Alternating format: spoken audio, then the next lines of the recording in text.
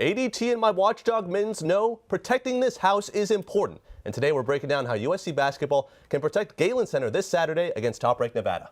And I had a chance to sit down with one of the USC captains of our baseball team to talk about the upcoming season and what we can expect. Sports Scene starts now.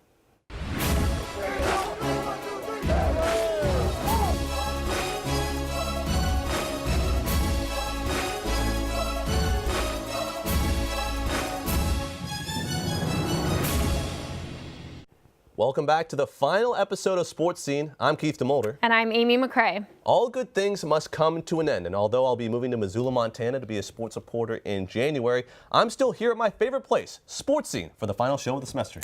And I cannot believe my time at USC is coming to an end, but I could not be more grateful to have spent the past few years bringing the best of USC sports to you. We have quite a packed show for you today, so let's jump right into it. The USC men's basketball team is off to a good start this season. The men are coming off of back-to-back wins. This evening, Long Beach State will be taking on the Trojans at Galen Center. The Trojans are also up against a powerful team this weekend. On Saturday, the men of Troy will battle the number 5 ranked Nevada Wolfpack, the first top 5 team that USC has played in the non-conference schedule since 2010. And taking a look at the Trojans' non-conference top 10 matchups in the past decade, the Trojans have played the top-flight Jayhawks multiple times since 2000, but also number 6 Oklahoma, number 9 Tennessee, number 2 Texas, and number 2 Memphis, but not since the early 2000s. And Amy, considering that the team is already 4-2 in non-conference play, a win over Nevada on Saturday could be huge when it comes to the tournament selection committee in March. We had this segment early in the year, but just like Justin Timberlake, we're bringing greatness back. Another edition of Keith's Keys, breaking down how USC basketball can take down number 5 Nevada on Saturday.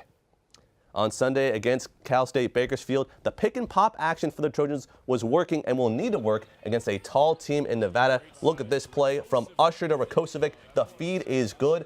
Rakocevic, he's a double-double machine for a reason. The one-hand slam, that one was good. Usher, who scored 2 points in the previous 2 games, exploded for 22 against Bakersfield due to plays like that.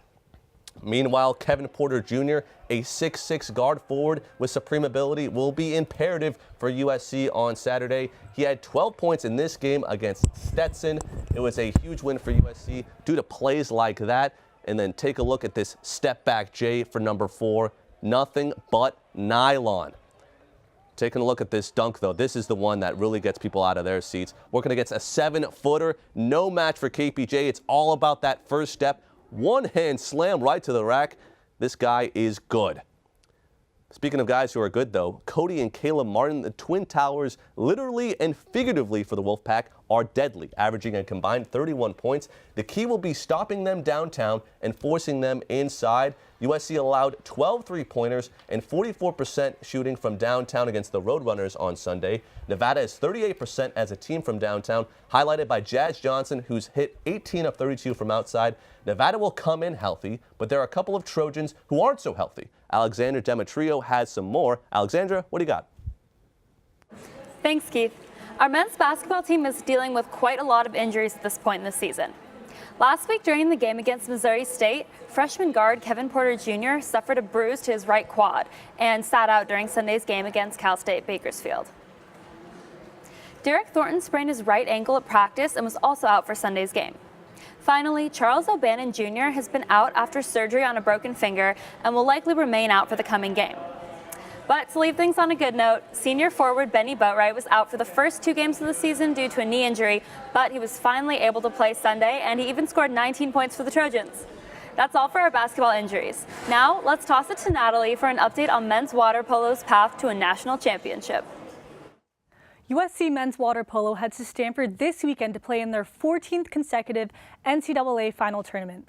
As the number 2 seed, USC is 28-3 this season and looking to win. The Trojans have infamously reached the NCAA championship game for the past 4 years and have lost every time, 3 times to UCLA and once to Cal. Before that, they had a consecutive winning streak from 2008 to 2013. That's 6 national championships in a row. This weekend, the Trojans will be facing similar competition. The top 2 seeds, Stanford and USC, have earned an automatic spot in the semifinals and await the winners of tomorrow's games for their competitors. UCLA played George Washington in tomorrow's opening game, and USC will face the winner, probably UCLA, in the semifinal. UCSD and Long Beach play in the other opening game tomorrow, and the winner is set to play Stanford in the semifinal. My guess is that Stanford will beat either in their semifinal game.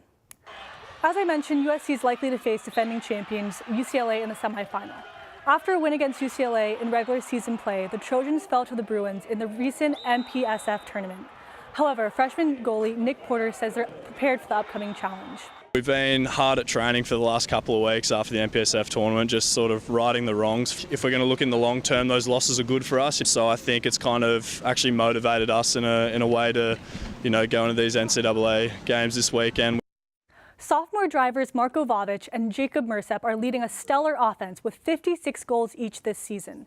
In terms of defense, it's hard to follow the likes of former USC goalkeeping legend McQuinn Barron, but USC has done a pretty good job of it, employing 4 goalies in his wake.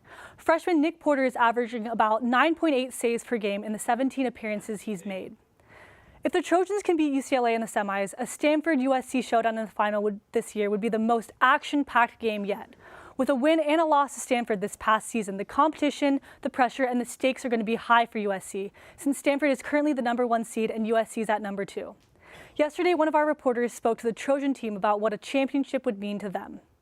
I think it'd be huge. It's been a little while since the men's water polo has won a national championship. They've come so close the last 4 years, and for us, we're a relatively new group of players. I think over half the team is new from last year, so it would be really nice if in our first season together we can get that national championship. And it'd be huge. It belongs here. We're the hardest working team. No one trains like us. No one studies like us. Our coaching staff puts in countless hours. They work so much harder. We do everything we need to. We just got to put away at the end.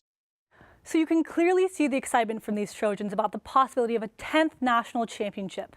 Best of luck to the USC men's water polo team heading into the NCAA final tournament this weekend. Women's volleyball is also having an exciting end to their season. I'll hand it over to Keith at the desk to play a little game. Thanks so much, Natalie. Keith and Will are back here at our desk with our resident volleyball experts, Aiden Berg and Nick Kaufman, just in the nick of time. The USC women's volleyball team earned an 11th seed in the NCAA tournament this past Sunday and will take on the Sanford Bulldogs on Friday night at the Galen Center. Guys, we're playing a little game. It's called Bump or Run. Bump if you agree, run if you don't. You guys ready? Oh yeah, I'm ready. All right, let's get into that first question. First thing I have to ask, guys, 11th seed, too low? I don't think so. I'm going to say run for this one. USC ranked into 15th at the end of the regular season, and we're outside the top 10 pretty much since early September. Plus 4 of the ranked teams below them had a better record than them this season, so I'm going to go run for that one. Keith, I think it is too low. I'm going to bump you on this one. USC played in one of the toughest conferences in the country. There are 4 teams in the NCAA tournament from the Pac-12 which are seeded, so already a tough competition. And they played 18 ranked teams this year, went 11-7 against them. 2 of those losses were to top-ranked Stanford. So I think they're too low and even should be a top 10 team. USC will play its first and second round games here at the Galen Center, so they have the home court advantage. Do you guys think that will be a difference? I'm going to go run again for this one. I don't think it'll be much of a difference. Identical 9-4 record for this team, both home and on the road this season. Plus, both of their potential second-round opponents are California teams. So, no, I don't think it'll be a big difference. I am going to bump again, Keith. Wow. I'm in the bumping mood today. What can I say? I think in the postseason, there's added pressure and the familiarity of being at home, playing on your home turf really adds a level of comfort that will allow the Trojans to succeed. This year, Brooke Botkin has been a revelation for USC. Do you think she could be the MVP? She definitely could be, but I'm actually going to have to say run. I'm running like I'm Forrest Gump out here. I think it'll be outside hitter Kalia Lanier. She is second on the team in both kills and points this season. Plus, she is the leading server with 37 aces, and she also has the experience being a junior, which comes into play in these high-pressure situations. Well, like you said, Keith, she's been a revelation this year. I am going to bump you once again. Brooke Botkin should be the MVP. She leads the team in kills and points this season, and she leads the team in points and kills per set this year. I think the stats speak for themselves. She's clearly the offensive driver of this team and is the MVP. Couple bumps, couple runs. Thank you so much, guys, for being here. We're now going to send it to an interview we had with our very own Amy McCray and USC second baseman Brandon Perez, who talks about what he's looking forward to in this 2019 baseball season. Take a look. So coming off of last season, can you just talk a little bit about the off season and what we can look forward to this coming season? So I know last season actually we didn't perform as well as we would have wanted to, but this year. I know the guys were hungry to get back into it this upcoming season, and I know everybody took the offseason seriously to make sure that they were their best form this coming season. And being a senior and a captain, what does this season mean to you? And can you just speak to, I guess, the honor of captaining this team? Yeah, it's a great honor, especially when it's voted amongst your guys on the team. And I mean, I just know for me and then all the other seniors that we all want to go out on top. We haven't had the most successful 3 years here so far, but I think that if we go out on top and we do what we know we can accomplish those goals. So what are the goals for this So season? first and foremost, making the playoffs. That's goal number one. But obviously it would be to win the Pac-12 and just honestly finish above 500. We've yet to do that in my 3 years here. So starting small and ending big, that would be the biggest goals right there. Another season is in the books for USC women's soccer, and although it didn't end with the Trojans hoisting their third national championship, there still are a lot of positive takeaways. For starters, the women of Troy finished with their best record in program history. USC's .841 winning percentage comes off the back of 2 .800 seasons under head coach Kadani McAlpine. In 2018, the Trojans dominated their opponents by a combined score of 57-11. This score serves as a testament to how solid from front to back this year's lineup really was. In 2019, USC will lose 5 players, including Impact seniors Allie Prysock and Leah Pruitt.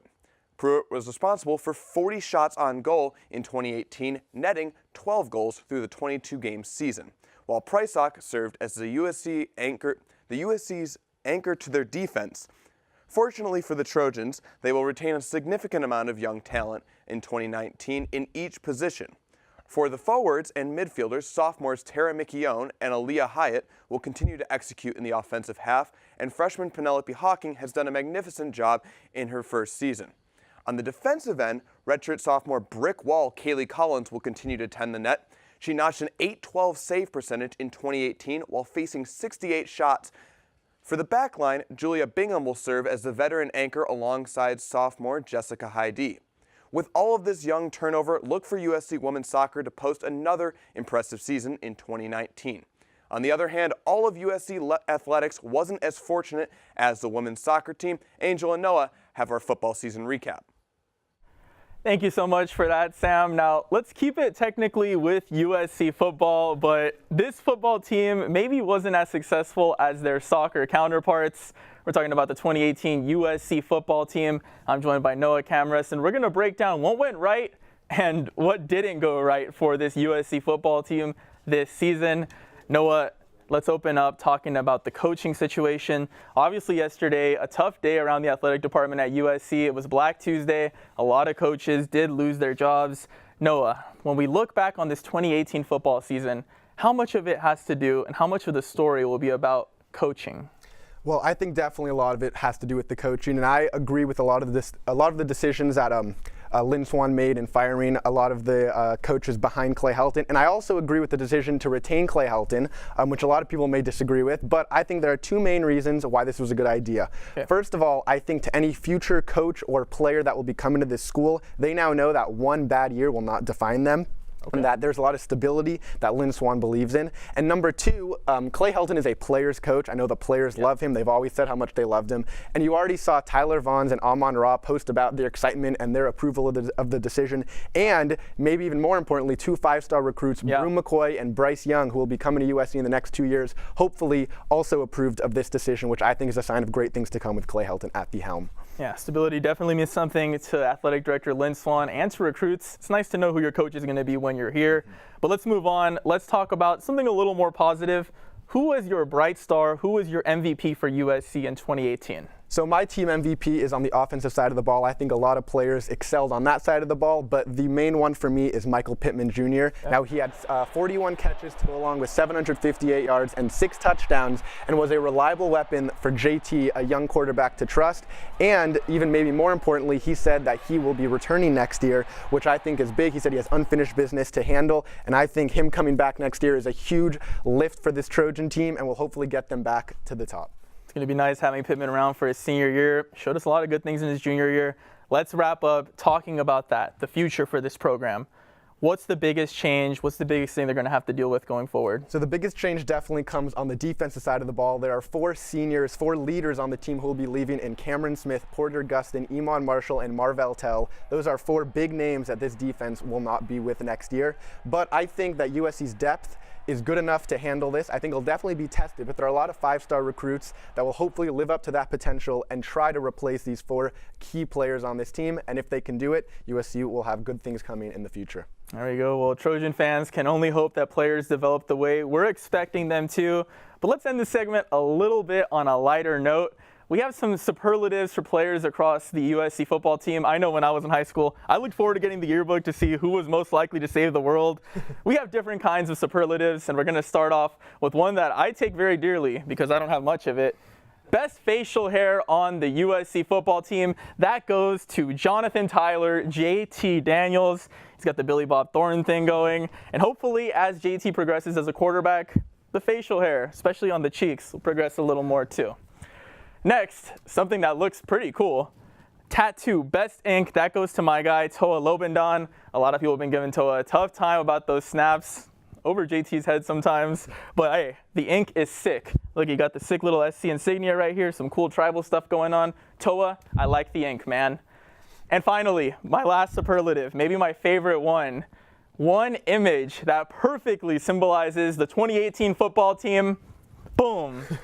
Derpy, Clay Helton stunned. And I think this is all of our reaction as we saw our Trojans go 5-7 this year and no bowl game for the first time since 2000. Yikes. But one more superlative, one that's very important to a certain demographic. We're talking about the cutest football player. Yes, I said that. The cutest football player, Jen and Katie, our own. They have more on that superlative. Just because the football season is over doesn't mean we can't still have a little fun. We narrowed down the football team to the 5 best looking guys. And we went around campus asking people who they thought was the most attractive. I'm going to start it off with Jack Sears. I think that he's the perfect All-American boy, and he has beautiful blonde locks. I'm going to give my vote to captain inside linebacker Cam Smith because I think he's got that rugged yet handsome look about him. Let's see what everybody on campus has to say about our selections. I think that Jack is the cutest because he looks the most like a surfer and a SoCal boy, and that's my kind of guy.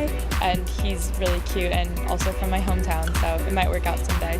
I think Rita's the cutest because you can just tell he's like a happy guy. He's smiling and looks really genuine in this photo. I picked him because I think he looks the most like all-American classic, like jock quarterback type. And everyone else is really serious in their photos, but he looks like someone everyone can get along with. Very boy next door vibe. A very cute smile. I'd go with the solid 10 out of 10. I think Amon-Ra is the most attractive because he speaks 3 languages. I think Cam Smith is the cutest because not only is he facey, but he's also very good at football and he's a beast. I think that Amon-Ra is the most attractive player because first of all, he has the best pose in his photo, and second of all, he's the best player. So I think that Reed is my favorite player because he has the best smile. My favorite football player is Reed. He's very attractive. The results are in, and the Trojans have spoken. Our winner for the Heisman for best looking on the USC football team is boy next door, Reed Budrovich. Congrats, Reed. Well, aside from that, there have been so many outstanding moments from the Trojan athletes this year. It's so hard to pick my favorite, but I think I have to go with Tyler Vaughn's changing things up a little and throwing a dime to Michael Pittman Jr., who brought it in for a touchdown. Take a look at this. What do you think of this, Keith? Oh, I love the play call, absolutely. And who knew that Vaughns could be such a great quarterback? Maybe he should replace JT next year. Totally. Well, what about you? What was your favorite moment this year? My favorite moment wasn't necessarily one play per se, but rather it was a collection of plays for me. Kevin Porter Jr., he's going to go to the draft, folks. Look at this first play. The no-look pass from Shaquan Aaron, and then the two-hand jam with the foul. Give me that and one. Kevin Porter Jr., unbelievable. And then take a look at this play. Putting a couple of Vanderbilt Commodores in the spin cycle, up and under. Does it get any better than that? KPJ, more like MJ. This guy is going to be a lottery pick if he can stay healthy. Great plays from him all season long. Well, definitely. That is all we have for you this semester. Thank you so much for tuning in and keeping up with Trojan Athletics. We also wanted to give a huge shout out to Stacy Shoulder, John Goldsmith, Tom Norris. We would not be able to put on this show without you and your advice and guidance. I want to extend a massive thank you to our sports director, Julia Adams. Julia works tirelessly to put this show together. I'm lucky enough to work with her and lucky enough to call her a great friend. So Julia, thank you so much for all that you do. And also a special thank you to all the volunteers who make this show what it is, cutting up highlights, making us look good. Also a very special thanks to Chris Cheshire, our director, again, who makes us look good week in and week out. We can't thank you enough. This crew, as journalists, one of a kind, but as people, some of the kindest. You can also follow us at Annenberg Media Sports on Facebook and Twitter. For the final time this semester, I'm Keith. I'm Amy McCray. Thank you so much for watching.